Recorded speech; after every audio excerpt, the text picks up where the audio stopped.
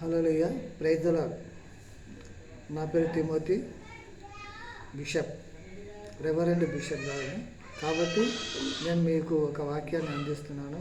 ఈ యొక్క వాక్యాన్ని మీరు విని ప్రతి ఒక్కరూ నా కొరకు ప్రార్థన చేయమని నేను ప్రార్థిస్తున్నాను. ఆమేన్. కీర్తనల గ్రంథము 1వ అధ్యాయం 1వ వచనం. దుష్టుల ఆలోచన చొప్పున నడవక, పాపుల మార్గమున నిలవక, అపహాసకులు కూర్చుండక, యెహోవా ధర్మశాస్త్రమునందు దీవారాత్రము దానిని ధ్యానించువాడు ధన్యుడు. ఈ యొక్క వాక్యాన్ని మీరు ఎన్నోసార్లు చదివి ఉంటారు, ఎన్నోసార్లు విని ఉంటారు, ఎన్నోసార్లు వాటిని మనసులో గైకొని ఉంటారు. కాబట్టి ఈ యొక్క వాక్యం గురించి ఒక చిన్న వివరణ మనము తెలుసుకుందాం. నేను తెలిపేది ఏమిటంటే దుష్ట ఆలోచన. దానికి సాదృశ్యం ఏమిటంటే దుష్టుడు అంటే ఎవరు? నాశనం కోరేవాడే దుష్టుడు కదా. ఎందుకంటే ఒక మనిషి మంచిగా ఉండటం వానికి ఇష్టం ఉండదు, ఒక మనిషి బాగుపడేది వానికి ఇష్టం ఉండదు. అందుకే వీడిని ఏ విధంగా అయినా సరే కూల్చేయాలన్న ఆలోచన చేస్తూ ఉంటారు. వాడే దుష్టుడు. కానీ ఫర్ సపోజ్ ఆ దృష్టిని కొత్త నిబంధన గ్రంథంలో ఒక్కసారి యేసుక్రీస్తు దగ్గర మనం చూసుకుందాం.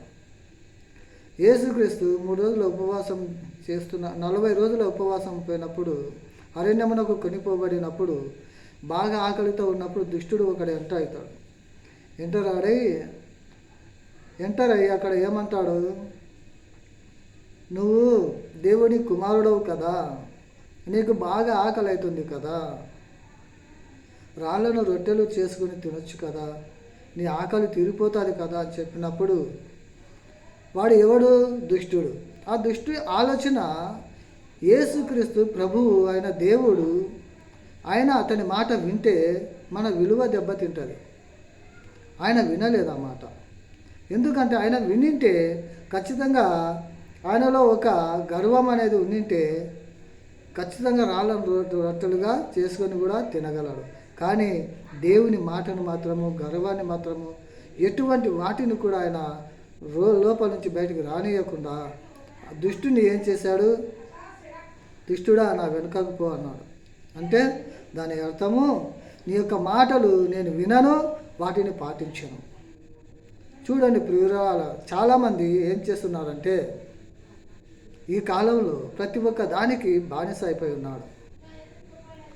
ఒక తాగుడుకని, కొంతమంది ప్రేమ అని, కొంతమంది జీవితాలని, కొంతమంది అప్పులు సప్పులు చేసి మళ్ళీ తీరుస్తాలే అని ఎన్నో దుష్ట ఆలోచనకి గురి అయిపోయి ఉన్నారు.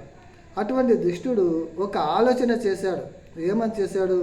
ఇక మీ ఇంట్లో వాళ్ళు నిన్ను పట్టించుకోవడం లేదు, ఇక ఎందుకు నువ్వు బ్రతికేది, వెళ్ళి ఎక్కడైనా పడి చావన్నప్పుడు ఆ ఆలోచన పట్టుకొని వెళ్ళి ఎక్కడో జాగలో ఊరేసుకొని చావటము, లేకపోతే ఏదైనా నాశనం చేయడానికి పూనుకొనటం.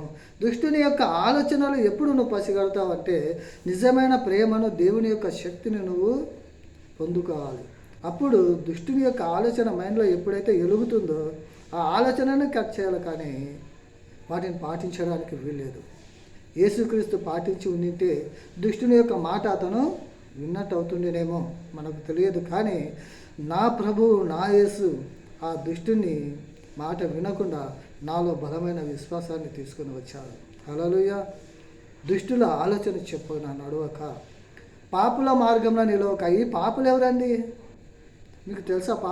పాపాత్ములు అంటూ ఉంటారు, మంచి వాళ్ళను ఏడిపిస్తూ ఉంటారు, వాడే పాపి. హల్లెలూయా. మంచి వాళ్ళను ఏడిపిస్తూ ఉంటారు, బాధ పెడుతూ ఉంటారు, అల్లరి చేస్తుంటారు, గేలి చేస్తూ ఉంటారు, గిల్లుకుంటుంటారు, గిచ్చుకుంటుంటారు, మంచిగా ఉంటూ ఒకటేసారి నాశనం చేయడానికి పొందుకుంటూ ఉంటారు. ఎవరంట వీళ్ళు? పాపులు. వాళ్ళకు దేవుడి యొక్క మార్గము తెలియదు, దేవుడి యొక్క నిరీక్షణ తెలియదు, దేవుడి యొక్క ప్రేమతో జీవించాలన్న ఆలోచన కూడా ఉండదు. అందుకనే దుష్టుల ఆలోచన చొప్పున నడవద్దు, అటువంటి పాపల మార్గమున కూడా మనము నిలవద్దు. ఎందుకంటే పాపల మార్గంలో నిలవక, అపహాసకులు కూర్చుండక. అపహాసకులు ఎవరు? సపోజ్ రోడ్డు మీద ఒక ముసలివాడు వెళ్తుంటే కొంతమంది అల్లరి పిల్లలు ఏం చేస్తూ ఉంటారు, గిల్లుకోవడం, గిచ్చుకోవడం, నవ్వుకోవడం చేస్తూ ఉంటారు. ఎందుకురా మీరు ఇలా చేస్తున్నారని అతను దీనంగా అడిగినప్పుడు దాంట్లో ఉన్న విలువ, దైవత్వం వాళ్ళకు తెలియదు. వాళ్ళు మాత్రం అల్లరి చేస్తూనే ఉంటారు, కానీ వాళ్ళు మారరు. కాబట్టి అటువంటి వాళ్ళను ఏం చేయాలి అన్న ఆలోచన మనం తెలుసుకున్నట్టయితే, దేవుడు వాటిని ఖండించాలంటే నువ్వు ప్రార్థనలో ఉండాలి. ప్రతి ఒక్క రోజు ప్రార్థన చేయాలి. దుష్టునికి ఆలోచన మాత్రము తొందరగా వింటావు, కానీ నేను చెప్పే ఈ యొక్క మాటలు నీ హృదయంలో తొందరగా నువ్వు చేర్చుకో. ఎందుకంటే దుష్ట ఆలోచన మాత్రమే నీలో పనిచేస్తూ ఉంటుంది. కాబట్టి దేవుణ్ణి మనం ఎప్పుడు కూడా తక్కువ అంచనా వేయకూడదు. ఎవరు రాశారు ఆ యొక్క కీర్తన? దావీదు రాశాడు. అదొక పాట. దుష్టుల ఆలోచన చొప్పున నడవక, పాపుల మార్గం నిలవక, అపహాసకులు కూర్చుండే చోట కూర్చుండక. ఎందుకంటే ఈ పిల్లలు ఇటువంటి వాళ్ళు అని నీకు తెలిసినప్పుడు నువ్వు ఏం చేయాలి? పక్కన వెళ్ళి కూర్చోవడమో, లేకపోతే వాళ్ళ నుంచి దూరం వెళ్ళడమో ఇటువంటివి చేయాలి.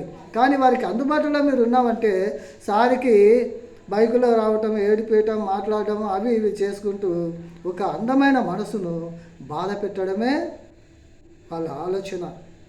కాబట్టి ఆ ముసలి వాళ్ళని, నిద్రపోతులో ఉన్న వాళ్ళని ఎవరు కూడా అటువంటి వాళ్ళని మార్చలేము, ఎదుర్కొనలేము. ఎందుకంటే దుష్టునికి బలం ఎక్కువ. నువ్వు మనిషివి, నీలో మనిషి బలం ఉన్నంత వరకు పోట్లాడతావు, కానీ దైవిక శక్తి నీలో లేకనే అటువంటివన్నీ జరుగుతూ ఉంటాయి. దేవుడు నీకు తోడుగా ఉన్నాడు అని ఒక్కసారి తెలిసినప్పుడు ఏ విధంగా దానికి నీరు పోయాలి, ఏ విధంగా ఆ చెట్టును పెంచాలి, ఏ విధంగా ఆ చెట్టు మీద పక్షులు వాలేలా చేయాలి, ఏ విధంగా 10 మంది ఆ చెట్టు కింద కూర్చుని ఆనందంగా ఉండేలా వాటిని అందరికీ నీడనిచ్చే చెట్టులా తయారు చేయాలన్న ఆలోచనతో నువ్వు, దేవుడిచ్చే ఆలోచనతో నువ్వు నడిస్తే నీ జీవితంలో నువ్వు ఒక విజయాన్ని చూస్తావు. కాబట్టి ఇంకా కొంతమంది ఉన్నారు. కాబట్టి దేవుడి యొక్క పాపుల మార్గమున, అంటే దేవుడి యొక్క ఆలోచనని వాళ్ళు ఎరగని పాపులు అన్నమాట. ఆ పాపులు వాళ్ళ మార్గంలో కూడా మనం ఉండకూడదు. ఇతడు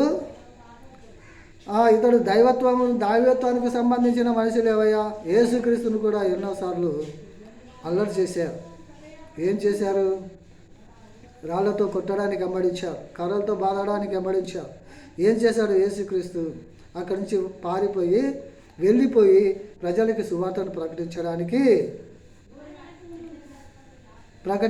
వెళ్ళిపోయి ఉంటాడు. కాబట్టి ఆయన హితబోధలు విన్న వాళ్ళందరూ కూడా మారు మనసు పొందారు. ఆయన హితబోధలు ఎట్లా ఉంటాయంటే హృదయానికి హత్తుకునేలా ఉంటాయి. ఎందుకంటే ఆయన మాటలు, ఆయన ప్రేమ, ఆయన దైవత్వము నీలో ఈరోజు కలిగి ఉంటే అటువంటి దుష్ట ఆలోచనకి నువ్వు ఎప్పుడు చోటు ఇవ్వవు. అటువంటి దుష్ట ఆలోచనకైతే ఎప్పుడైతే నువ్వు చోటు ఇచ్చినావో అప్పుడు ఒక పాస్టరే కానీ, ఒక దైవజనుడే కానీ ఎదురైనప్పుడు నీ హృదయంలో ఒక వెలుగు అనేది లేకుండా పోతుంది. అప్పుడు నువ్వు అల్లరి చేస్తావు, కానీ అతనికి ప్రాధాన్యత కానీ విలువ కానీ ఇవ్వవు. కాబట్టి నేను చెప్పేది ఏమిటంటే ప్రియులారా నేను చెప్పేది ఏమిటంటే దేవుడు అంటా ఉన్నాడు, నేనే మార్గమును సత్యమును జీవమును ఉన్నాను. మీకు తెలుసా, సంసోను మరణించిన తర్వాత ఇంకో బలవంతుడు లేచాడు ఫిలిష్తీయులను హతమార్చడానికి. ఎవరు అతడు? మీకు తెలిసే ఉంటాడు, యెఫ్తా అంటే దేవుడి యొక్క కుమారుడు. కాబట్టి అతడి జీవితంలో దేవుడిని నమ్మి, దేవుడి యొక్క ప్రార్థన, దేవునికి ఎంతో ఇష్టడైన వాడు. సంసోను మరణించిన తర్వాత ఏం చేశాడు? ఫిలిష్తీయుల కోసం యుద్ధం చేయడానికి అతడు ఒక్కడే ఉంటాడు. ఆ ఊరికి అంతటికి, ఆ దేశానికి అంతటికి. తన ఇంట్లో వాళ్ళే మంచివాళ్ళు కాక అటువంటి బలవంతుణ్ణి గొడవలు చేసి పంపించిన తర్వాత అతడు ఒక అల్లరి జనాంగం ఉండే ప్లేసులో కాపురం ఉండి తన కూతుర్ని పెట్టుకొని చూసుకుంటూ ఉంటాడు. అతడు మాత్రమే ఈ దేశాన్ని కాపాడగలడు. అతడు మాత్రమే ఆ ఊరి వాళ్ళకందరికీ తెలుసు.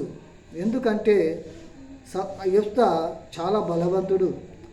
ఎటువంటి ఫిలిష్తీయునైనా కూడా ఎదిరించే శక్తి అతనికి ఉంది. ఎటువంటి శత్రువునైనా కూడా ఎదుర్కొని హతమార్చే శక్తి అతనిలో ఉన్నా కూడా అతన్ని ఇంటి వారే ఏం చేశారు? బలవంతంగా తరమటము, గొడవలు చేయటము. వాళ్ళ అన్నతమ్ములు కూడా ఆ విధంగా నాశనం చేస్తూ అతన్ని దుష్ట ఆలోచనలో ఉంచి పారిపోయేలా చేశారు. కాబట్టి ఒక రాజ్యంలో ఉన్న అతని ఎప్పుడైతే ఆ ఇంట్లో నుంచి ఆ ఊరిలోంచి వెళ్ళిపోయాడో ఈ ఊరికి ఆ ఇంటికి ఒక శ్రమ వస్తుంది. ఆ ఊరి ప్రజలందరూ ఏం చేశారు, అయ్యా ఇటువంటి మన రాజ్యానికి ఎస్తా ఉన్నప్పుడే మంచిగా ఉంటుంది, వాడొక్కడే ఎదుర్కొనగలడు, ఇప్పుడు బయట దేశస్తులందరూ యుద్ధానికి వస్తున్నారు, మనమే పిరికి వాళ్ళము, మనం కొట్లాడలేమని చెప్పినప్పుడు మళ్ళీ కొంతమంది పెద్దలు ఎఫ్తా దగ్గరికి వెళ్ళి అతన్ని బ్రతిమలాడి ఎట్లో గట్ట మళ్ళీ మనం పిలుచుకుందాము అని చెప్పినప్పుడు అప్పుడు ఎఫ్తా దగ్గరికి వెళ్తారు. వెళ్ళిన తర్వాత, అయ్యా మమ్మల్ని క్షమించి నిన్ను అనరాని మాటలు అన్నాము, నువ్వు మళ్ళీ మన ఊర్లో మన ఇంట్లో ఉందురా నాయన అని పిలుచుకొని రావడానికి వాళ్ళు చెప్పినప్పుడు, మీరందరూ నన్ను వెలివేసి ఏ మొహం పెట్టుకొని ఇక్కడికి వచ్చారు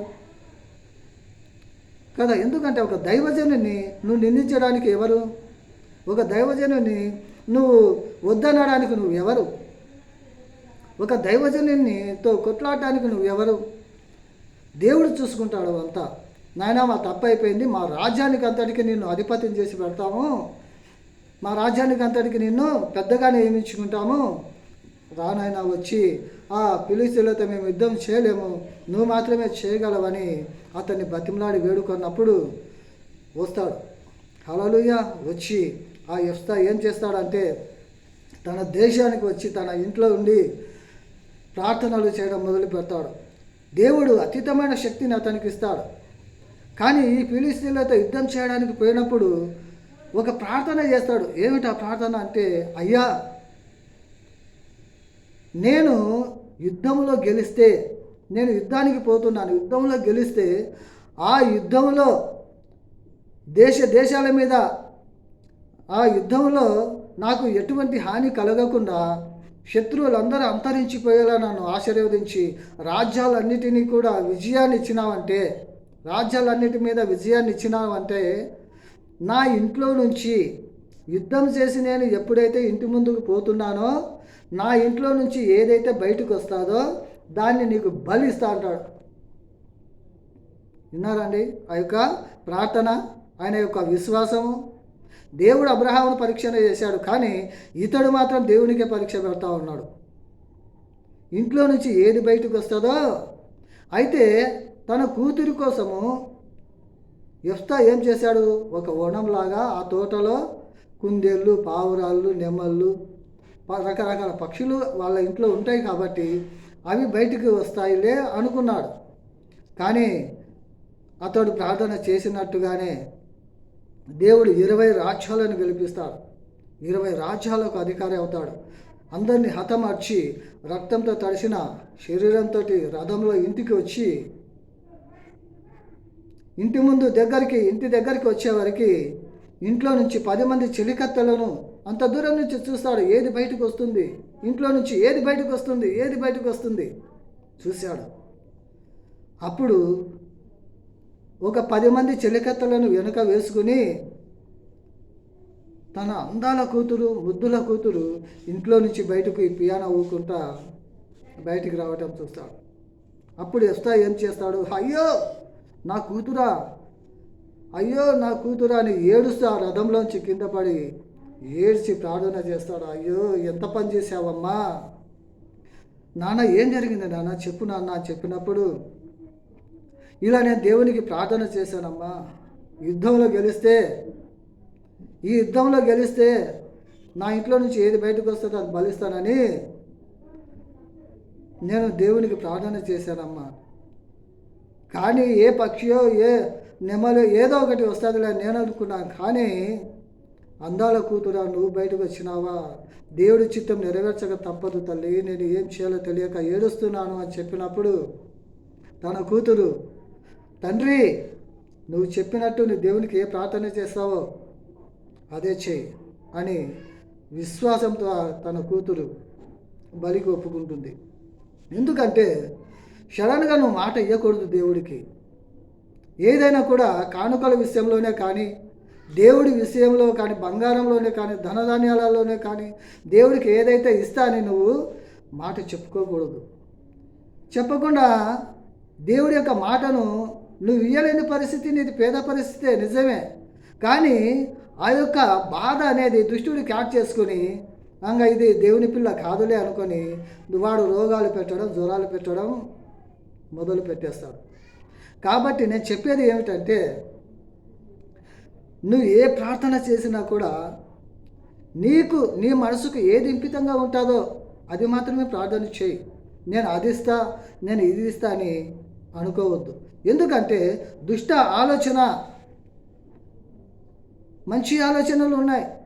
ఆ దుష్ట ఆలోచన నువ్వు ఎప్పుడైతే నువ్వు అనుకునేది మంచిదే, దేవుడికి ఏదైతే ఇస్తా అని అనుకుంటున్నావు, కానీ ఆ ఆలోచనకు తగ్గట్టుగా నీ దగ్గర లేదు కాబట్టి ఆ ఆలోచనను దుష్టుడు క్యాచ్ చేసుకొని ఏం చేశాడు, ఆ బాధలో నువ్వు దేవుడికి ఇయ్యలేదులే, ఇక నువ్వు నాశనం అయిపోతావు, నేను నిన్ను చంపేస్తాను, నీకు రోగాలు పెట్టేస్తాను, మీ ఇంట్లో చంపేస్తాను నా ఆలోచన భయంకరంగా ఇస్తూ ఉంటుంది.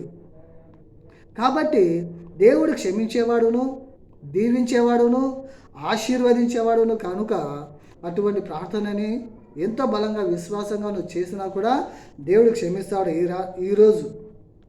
ఎందుకంటే ఈరోజు నీ ఏమైతే మొక్కుకొని దేవుడికి ఇయ్యలేదో, ఏ కానుకలైతే నువ్వు దేవుడికి ఇయ్యలేదో శాపాలు వస్తాయని మాత్రము దేవుడికి ఇయ్యడం కోసం అప్పులు సప్పులు చేయడానికి అవసరం లేదమ్మా. దేవుడు ప్రతి ఒక్కరిని ప్రేమించేవాడు, ఆయన ఇచ్చేవాడే కానీ తీసుకునేవాడే కాదు. కాబట్టి దేవునికి ఏదైతే ఇంపితంగా నీ మనసులో ఉంటుందో అది మాత్రమే అతనికి దయచేయండి. దేవుడికే కానీ, దేవుడి ఉండులోనే కానీ, నీ పాస్టర్కే కానీ, దేవుడి యొక్క పేరుత నువ్వు ఏదైతే అనుకుంటావో నీ వల్ల వీలైతే ఇచ్చే. ఎందుకంటే దుష్టుడు ఆ యొక్క ఆలోచనని క్యాచ్ చేసుకొని నిన్ను బాధలో ముంచడానికి సిద్ధంగా ఉన్నాడు. కాబట్టి దుష్టుల ఆలోచన చొప్పున నువ్వు వెళ్ళి ఏ అఘాయిత్యాలకు పాల్పడడానికి వీల్లేదు. ఎందుకంటే నేను మీకు ఒక బలమైన విశ్వాసాన్ని తేవడానికి నేను ఈ యొక్క వాక్యాన్ని చెబుతున్నానే కానీ మిమ్మల్ని బాధ పెట్టడానికి నేను చెప్పలేదు. దయచేసి ఈ యొక్క వాక్యాన్ని విని ఎవరైతే దుష్ట ఆలోచనలో ఉన్నారో ఆ ఆలోచన మొత్తం మార్చుకుని దేవుడి యొక్క శక్తిని పొంది ప్రతిరోజు ప్రార్థన చేయండి. కుటుంబంలో ఒక 10 మంది ఉంటే 10 మంది కూడా కుటుంబంలో ప్రార్థన చేయడానికి ప్రయత్నం చేయండి. ఇద్దరున్న ప్రార్థన చేయండి. ఎందుకంటే రక్షణ నీయందే ఉంది. అది నువ్వు తెలుసుకోలేక దుష్ట ఆలోచన తెలుసుకుని ఆ దుష్టుని యొక్క ఆలోచన ఇది చేయకపోతే ఏమవుతుందో, అది చేయకపోతే ఏమవుతుందో అని నువ్వు దిగులు పడడానికి వీల్లేదు. ఒకటే విశ్వాసంతో నువ్వు ఉండాలి, ఒకే నమ్మకంతో నువ్వు జీవించాలన్నదే నా మనవి. దేవుడి యొక్క ఆలోచన, దేవుడి యొక్క కోరిక. కాబట్టి ఈ యొక్క వాక్యాన్ని విని వాటిని హృదయంలో దాచుకుని దుష్టాల ఆలోచన చెప్పుననే కానీ పాపుల మార్గంలో కానీ మనము నడవకుండా యెహోవా ధర్మశాస్త్రము దివారాత్రం దాన్ని ధ్యానిస్తూ, అంటే ప్రతిరోజు యొక్క వాక్యాన్ని చదువుతూ నీరు మన ప్రార్థన అనే నీరు మన శరీరానికి మన ఆత్మకి పోస్తే అదే బలంగా ఎదుగుతుంది. దేవుడు నీకు తోడుగా దూతలను కాపలా పెట్టి నీ జీవితాన్ని నడిపిస్తాడు. కనుక ప్రియులారా, ప్రతి ఒక్కరు కూడా ఈ యొక్క వాక్యాన్ని విని దుష్టుల ఆలోచన చెప్పున మర్చిపోయి దేవుడి యొక్క ఆలోచనని నువ్వు పెంపొందించుకోవాలని, నీ హృదయంలో దాచుకోవాలని నేను ఈ యొక్క వాక్యాన్ని చెప్పి ముగిస్తున్నాను. దేవుడి యొక్క వాక్యము దీవించునుగాక. నా నంబరు 9908308421. ఈ యొక్క వాక్యం మీకు నచ్చితే ఒక లైక్ చేసి దేవుణ్ణి గణపరచండి. దేవుడి యొక్క ఆశయమే మనకు కావాలి, దేవుడి యొక్క ఆలోచననే మనకు కావాలి. హల్లెలూయా. ఎందుకు